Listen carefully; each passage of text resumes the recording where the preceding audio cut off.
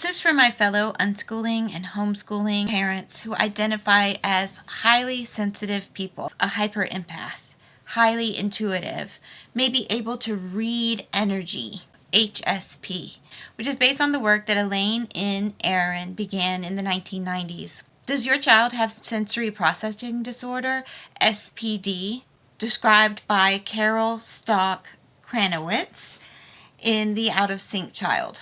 I would like to encourage the highly sensitive self-directed learning community to look into autism, into what autism looks like in adults who also have co-occurring ADHD. When I was growing up, the experts thought that girls couldn't be autistic. They also once thought that autists had to have an intellectual disability. We couldn't make eye contact. We couldn't display empathy or have sexual relationships.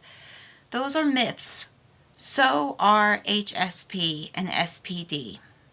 The emotional and physical sensitivity that HSP and SPD describe are very, very real, but those conditions are autistic traits and experiences mislabeled as standalone conditions.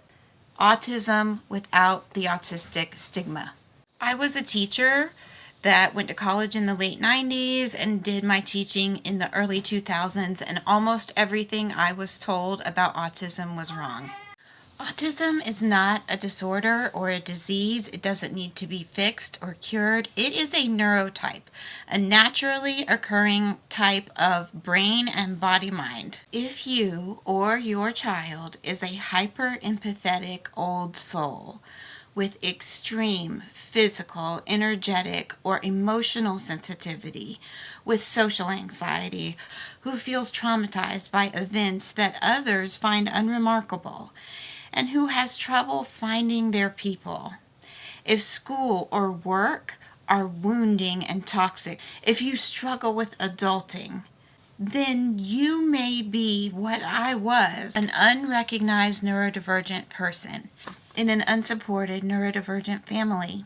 I'm autistic, specifically PDAer profile, co-occurring ADHD and dyscalculia. My traits are very common in home and unschooling circles, parents and kids alike.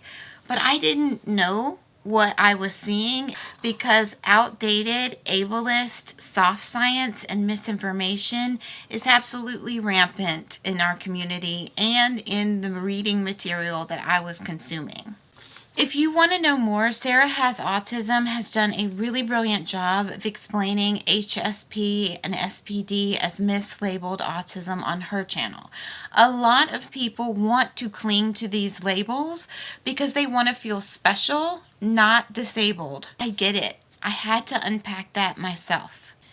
I encourage the unschooling community to find updated, neurodiversity affirming sources for information about the real neurobiological causes of sensitivity and overwhelm.